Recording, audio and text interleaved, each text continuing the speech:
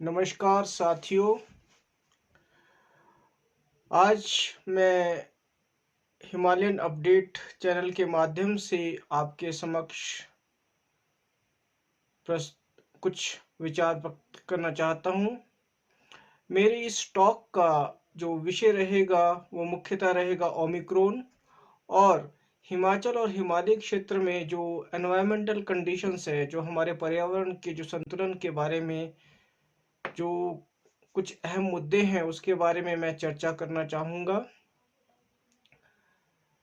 तो शुरू करते हैं ओमिक्रॉन के बारे में। ओमिक्रॉन अभी थोड़े ही हफ्ते पहले एक टर्म आई है, एक सुनने में एक आया है, एक चर्चा, जो कि कोविड का ही एक वेरिएंट है जिसे कि हम ओमिक्रॉन कहते हैं। ये 26 नवंबर के करीब में पहली बार जो है डिटेक्ट किया गया विदेशी अ, पृष्ठभूमि पर। अधिकांशतः जो एरिया जो इन्फेक्शन का रहा है वो रहा है अपना साउथ अफ्रीका, और इसके बाद धीरे धीरे ये बहुत ही तीव्रता से फैलने वाला एक वेरिएंट है जो कि पूरे के पूरे करीब करीब हमारे 89 देशों को कवर कर चुका है। हमारे इन 89 नवासी देशों में करीब करीब करोड़ों लोग इस वेरिएंट से इन्फेक्टेड हो चुके हैं, और आगे भी इसके इन्फेक्शन की जो दर है वो बढ़ती जा रही है। तो पहले मैं इस बारे में कहना चाहूँगा कि ओमिक्रॉन है क्या। ओमिक्रॉन कोविड का ही एक म्यूटेटेड जो वायरल फॉर्म है। इसमें जैसे कि हमारे बहुत से जो वैज्ञानिक जो हमारे विज्ञान के छात्र होंगे या वैज्ञानिक पृष्ठभूमि के कुछ लोग होंगे, वह समझते हैं कि कुछ प्रोटीन्स वायरस में ऐसे होते हैं वो जो बहुत ही तीव्रता से म्यूटेट कर लेते हैं। म्यूटेट करने का मतलब जो हमारे प्रोटीन है वो धीरे धीरे एनवायरनमेंट के साथ परिस्थितियों के हिसाब से अपने आप को बदल लेते हैं, और ताकि उनके ऊपर जो हमारे जो इनके अगेंस्ट हम कोई दवाई इस्तेमाल करते हैं उनका कोई असर कम हो जाता है।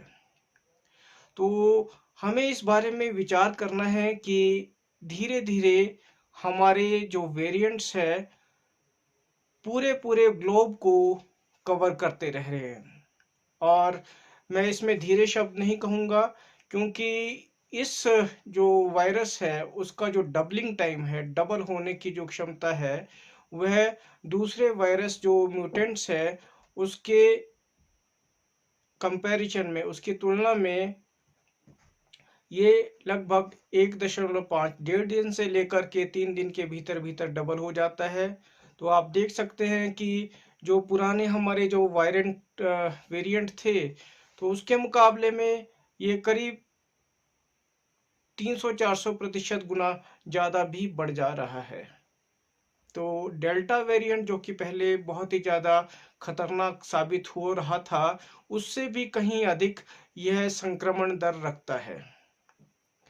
तो इस विषय में दो तीन बातें और कहना चाहूँगा कि जो हमारा ओमिक्रॉन है, अभी इसके बारे में कोई भी कारगर वैक्सीन अभी निकल कर नहीं आई है।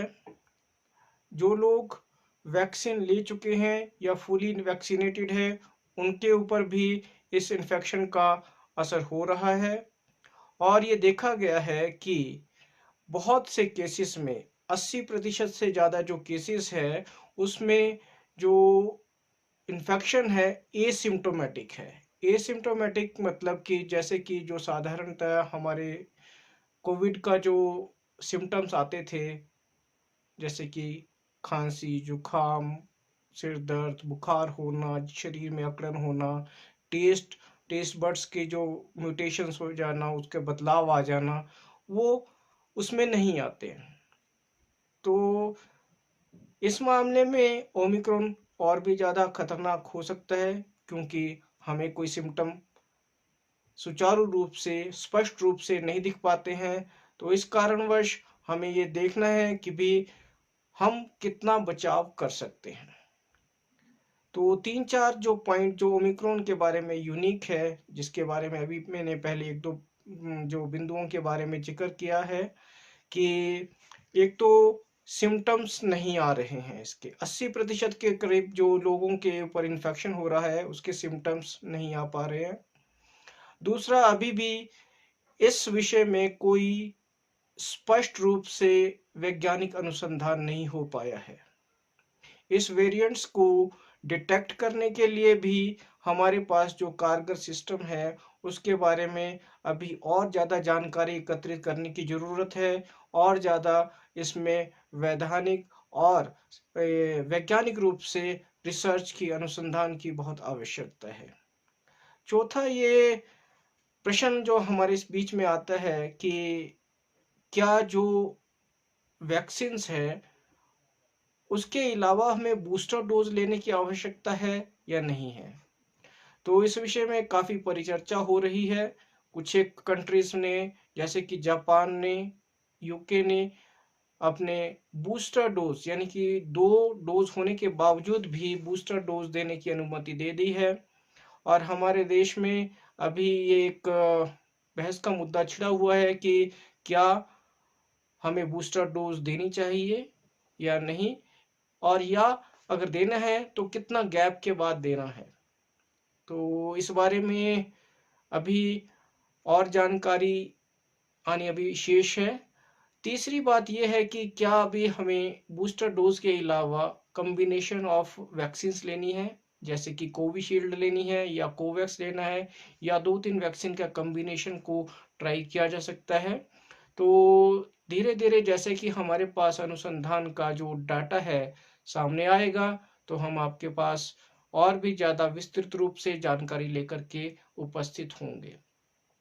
चौथा सबसे बड़ा जो इसमें प्रश्न उठता है कि हम जो इन्फेक्शन है उस दर को कम करने के लिए क्या कर सकते हैं, और इन्फेक्शन होने के तरीके क्या-क्या है। इन्फेक्शन होने के जो तरीके हैं वो तो साधारणतः जैसे कि हमारे कोविड के केस में ही था कि ड्रॉपलेट इन्फेक्शन या एक दूसरे से संपर्क में आने से जो हमारे पास इन्फेक्शन जो बढ़ जा रहे हैं वही कारण रहते हैं। तो इन्फेक्शंस और इन्फेक्शन के रिलेटेड जो सावधानियां हमें बरतनी है वह केवल वही सावधानियां रहेंगी जो कि हमारे कोविड के केस में रहती थी। पर मैं इस बारे में ज़रूर कहना चाहूँगा कि दूसरे लॉकडाउन के बाद हमारी जो जनसंख्या है, हमारी पॉपुलेशन में, कम्युनिटी में जो इन्फेक्शन के प्रति जो जागरूकता है वो हम लोग थोड़ा कैजुअल हो गए हैं। तो अभी जैसे कि हमारे देश में भी कल 200 से अधिक का आंकड़ा हमारे पास पार हो गया था। हम इस बारे में और जागरूक रहें, अपने आप को सचेत रखें, अपने बिहेवियर को, अपने आप को डिसिप्लिन रखें, ताकि हम दूसरे लोगों के संपर्क में अधिकाधिक ना आए, ज़्यादातर पब्लिक प्लेसेस में ना जाएं, और अपने स्वास्थ्य का, अपने जो निजी जो हाइजीन है उसका भी पूर्णतया ध्यान रखें। मैंने एक बात बहुत पक्के तौर से नोट की है कि जैसे जैसे इन्फेक्शन बढ़ता जा रहा है वैसे वैसे हमारे लॉकडाउन तो लग रहा है, पर व्यक्तिगत रूप में अभी हम उतने ज़्यादा अभी सचेत नहीं हैं जितना कि हम पहले लॉकडाउन या दूसरे लॉकडाउन के बारे के आसपास थे। मैंने बहुत सारे लोगों को देखा है पब्लिक प्लेसेस में भी, और बहुत सारी अलग अलग जगहों में भी, बसों में भी लोग कोई सावधानी बरत नहीं रहे हैं। जैसे कि मास्क को सही तरीके से नहीं पहनते हैं, अपनी जो सैनिटाइजर्स है उसको इस्तेमाल नहीं करते हैं, और अगर मास्क पहनते भी हैं तो उसे भी हम तरीके से नहीं पहनते, अपने पूरे नाक, मुंह को नहीं ढकते हैं, वो खाली सिर्फ अपना एक फॉर्मेलिटी करने के लिए, शरीर को ढांकने के लिए कर देते हैं। तो इस तरीके से तो हम अपना ही नुकसान करने वाले हैं, क्योंकि ये मैन टू मैन इन्फेक्शन होने वाला है, मैन टू मैन कम्युनिकेशन होने वाला है। संक्रमण इसी प्रकार से होता है, जब तक कि हम अपने आप में सावधानी नहीं बरतेंगे, अपने आप को एक अनुशासित रूप से प्रस्तुत नहीं करेंगे, तो हम हो सकता है कि ज़्यादा संकट में आ जाएं। जैसे कि पिछले दिनों हमने जब दूसरा लॉकडाउन था, तो उस दौरान देखा था कि इन्फेक्शन की दर यकायक अचानक से बढ़ गई थी। तो उस अचानक से बढ़ने वाले संक्रमण दर से एक हानि ये होती है कि हमारे जो स्वास्थ्य सुविधाएं हैं, उनके ऊपर बहुत ज़्यादा लोड पड़ जाता है, वह स्ट्रेस में आ जाते हैं हमारे ऊपर। जैसे कि वेंटिलेटर्स की, ऑक्सीजनेशंस की और दूसरी जैसे चीज़ों की जो क्षमता है, जो डिमांड वर्सेस सप्लाई की जो रेशो है, वो गड़बड़ा जाती है। तो हमने इस चीज़ को अवॉइड करना है। हमने भविष्य को ध्यान में रखते हुए अपने आचार व्यवहार को, अपने आप को सुनियोजित करें, ताकि हम किसी भी तरह की आने वाली जो प्रॉब्लम है, उससे हम निपट सकें। तो आशा करता हूँ ये जो ओमिक्रॉन के है, इसके बारे में जितना भी मैं संक्षेप में आपको जानकारी दे पाया, वह अच्छी जानकारी आप तक पहुँचेगी और आप जो इन्फेक्शन के प्रति जो अपनी जागरूकता है, उसको कायम रखेंगे और इस जागरूकता को आगे भी फैलाएंगे, ताकि हम व्यक्ति विशेष नहीं, समाज विशेष नहीं, बल्कि पूरे देश के लिए कोई अग्रणी एक सकारात्मक भूमिका निभा पाए। तो ये तो था ओमिक्रॉन के बारे में थोड़ा सा संक्षेप में विवरण। अब जैसा कि आदरणीय अनिल जामवाल जी भी मेरे साथ काफ़ी पहले से जुड़े हुए हैं, हमने शिमला में पिछले कुछ महीनों से ब्लॉगिंग का काम शुरू किया था। हालांकि उसके काफ़ी सकारात्मक परिणाम भी हमारे सामने आए हैं। तो उस विषय में मैं थोड़ा सा और जागरूकता के लिए एक टॉपिक को ले रहा हूँ, प्लास्टिक और सॉलिड वेस्ट मैनेजमेंट और पर्यावरण का जो मापदंड है, उसको हम कैसे सुचारू रूप से ले चलें, ताकि हम जो सॉलिड वेस्ट मैनेजमेंट है उसको तरीके से करें, और जिससे कि हमारे जो पर्यावरण है, प्रकृति है, उसका जो है संरक्षण हो पाए। तो जैसा कि हम जानते हैं कि हिमाचल एक हिमालयी क्षेत्र है। यहाँ विभिन्न प्रकार के मनोरम पर्यटक स्थल भी हैं, अच्छे सुंदर मनोरम दृश्य वाले घाटियाँ हैं, जगह हैं। तो इस कारण ये हमारा प्रदेश और हम पूरा का पूरा इंडियन हिमालयन रीजन IHR, जिसे हम शॉर्ट टर्म में कहते हैं, विभिन्न लोगों के लिए, टूरिस्ट के लिए, रिसर्चर्स के लिए एक बड़ा ही आकर्षण का केंद्र रहा है। हालांकि ये भी देखा जा रहा है कि पिछले 10-20 सालों में ट्रैकिंग का, माउंटेनरिंग का, पर्वतारोहण का और अन्य जो एडवेंचरस स्पोर्ट्स है, उनका भी काफ़ी बढ़ावा हुआ है। तो इस कारण जो हमारे पास जो टूरिस्ट का जो लोड है, वह निरंतर बढ़ता जा रहा है। तो पिछले कुछ सालों के आंकड़ों की तरफ ध्यान दिया जाए, तो हमारे जो घाटियां हैं, हमारे जो हिमालय क्षेत्र है, इसमें जो हमारे प्लास्टिक वेस्ट, खासतौर पर सॉलिड वेस्ट, और जो छोटे मोटे चीज़ों का भी जो लिटरिंग है, उसका लोड टोटल मिलाकर बहुत बढ़ता जा रहा है। 8 टन मीट्रिक टन से भी ज़्यादा पर ईयर का लोड हमारे पूरे हिमालय क्षेत्र में पर ईयर के हिसाब से बढ़ रहा है। और जैसे कि टूरिस्ट और टूरिस्ट रिलेटेड एक्टिविटीज़ है वो निरंतर 7 से 9% के करीब बढ़ रही है। तो धीरे धीरे ये लोड भी हमारा ग्रेजुअली इंक्रीज हो रहा है।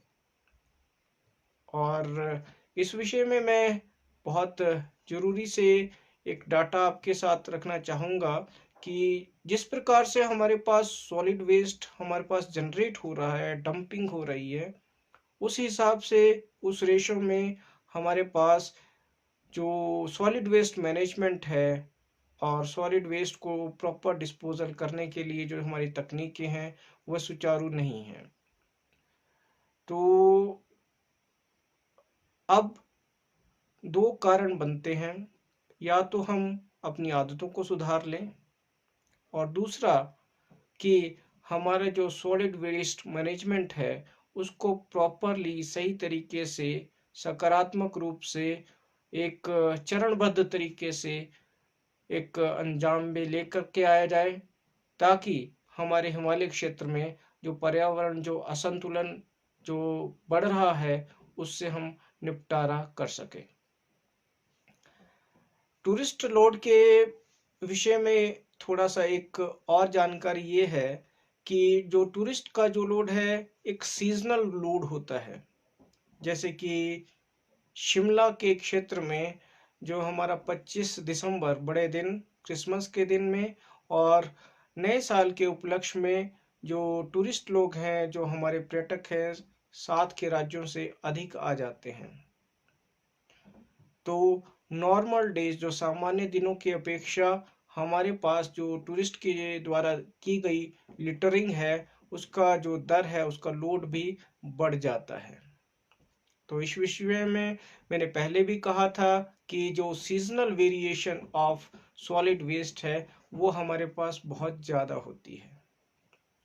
इसके बारे में हमको थोड़ा सा सॉलिड वेस्ट मैनेजमेंट तो करना ही है, साथ में एक धरातल के तौर पे धरातल के स्तर पर हमको अच्छे तौर पे कम्युनिटी बेस्ड जो अवेयरनेस प्रोग्राम है वो चलाने की बहुत आवश्यकता है।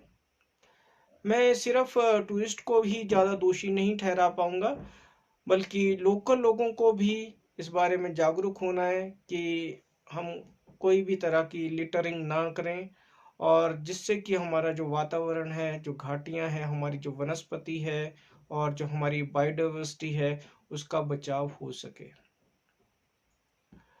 पिछले कुछ दिनों में मैंने ये भी महसूस किया है कि जो हमारा सिंगल यूज्ड प्लास्टिक है, बॉटल्स के रूप में, रैपर्स के रूप में, चिप्स या बिस्किट या कोई और अन्य खाद्य पदार्थों के रूप में, वह छोटे छोटे जो नदी नाले या स्ट्रीम्स हैं उसमें ज़्यादा एकत्रित हो जाता है।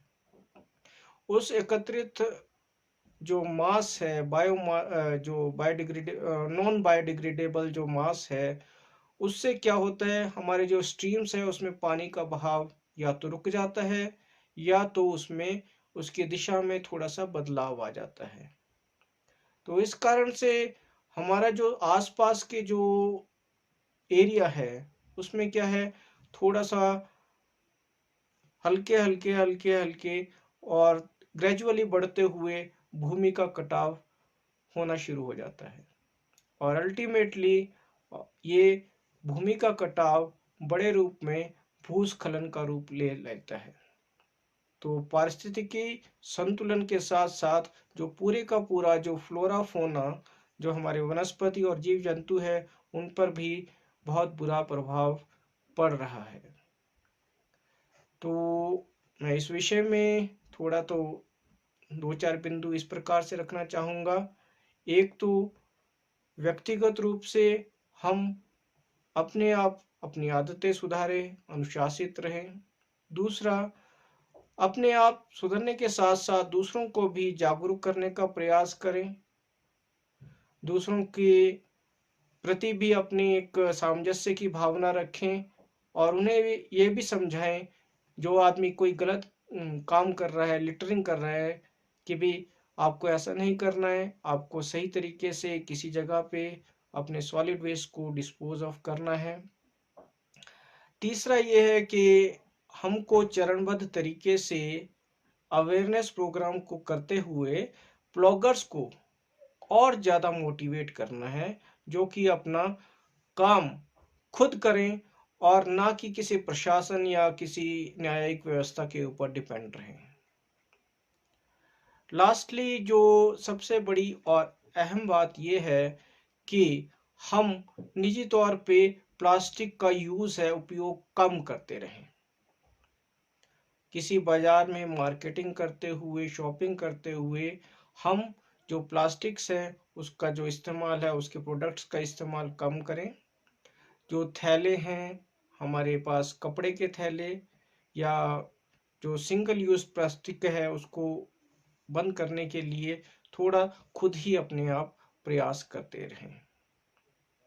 तो इस प्रकार से बहुत से हमारे पास मुद्दे हो सकते हैं जो कि सामाजिक व्यवस्था को बनाने के लिए, समाज को व्यवस्था को करने के लिए हम कर सकते हैं।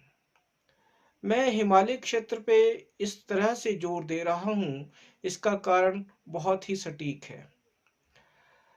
हमारा जो हिमालय क्षेत्र है वो हमारे पूरे के पूरे देश का लगभग 16% भूभाग है और यह बहुत बड़ा भूभाग हमारे पूरे के पूरे विश्व के पारिस्थितिक संतुलन के लिए बहुत ही उपयोगी है और बहुत ही एक तरह से यूं कहिए कि इसके स्वास्थ्य, इस भूभाग के स्वास्थ्य के ऊपर पूरे विश्व के प्रकृति का स्वास्थ्य निर्भर करता है।